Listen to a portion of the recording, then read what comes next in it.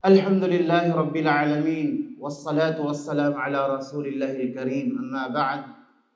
Wassalamualaikum warahmatullahi wabarakatuh. Mga kapatid sa Islam, itong payo na ito para sa mga babae.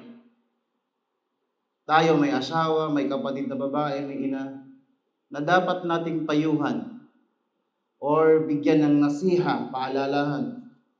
At pangalawa, ito ang nasiha na ito ay para sa mga nais na gusto maging pinuno sa kanyang komunidad, lugar.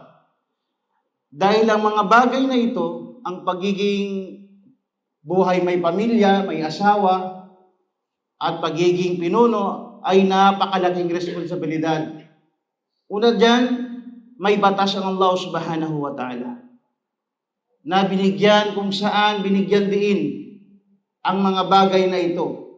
Pag hindi ito ay nasa pamuhay o hindi na itama, ito ay napakalaking kasalanan sa kabilang buhay. Sinabi ng propeta sallallahu alaihi wasallam, "Ashaddun nas adhaban ithnan." Sinabi ng propeta sallallahu alaihi wasallam, ang pinaka matinding kaparusahan sa mga tao, pinakamatinding parusa sa mga tao ay dalawa. Sinabi ng propeta sallallahu alaihi wasallam, ang una, imra'atun asat zawjaha. Ang una, ang babae na kung saan palagi siyang sumusuway sa kanyang asawa. Kaya payuhan natin ang mga asawa natin, ang mga babae natin. Dahil ang pagsuway sa kanyang asawa ay mahigpit na malaking parusa sa kabilang buhay. Dahil mayroong karamihan sa ating mga babae lumalaban sa kanyang asawa. Mareklamo, lahat na lang. Hindi siya marunong magpasalamat sa kanyang asawa. Kaya ang propeta sallallahu alaihi wasallam nagsabi, "Law kuntu amiran." Kung ako ay sabi niya na pag-utusan lamang na magsusujud, magpatira pa ang isang nilalang sa isang nilalang, uutusan ko ang babae na magpatira pa sa kanyang asawang lalaki.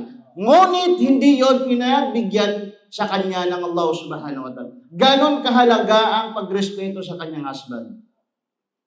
At ang pangalawa, imamu qaumun wahum lahu karihun. Yung isang pinuno na namumuno sa kanyang komunidad, pero may mga ayaw sa kanya. May ayaw sa kanya. Dahil sa kanyang walang patas na hukom.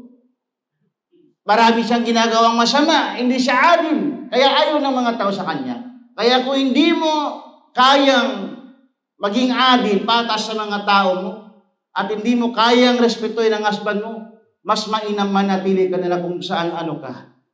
Kaya ang payo ng propeta sallallahu alaihi wasallam napakaganda na dapat nating isa pamuhay at ipaabot natin sa mga taong hindi nila alam ang bagay na ito. Assalamualaikum warahmatullahi wabarakatuh.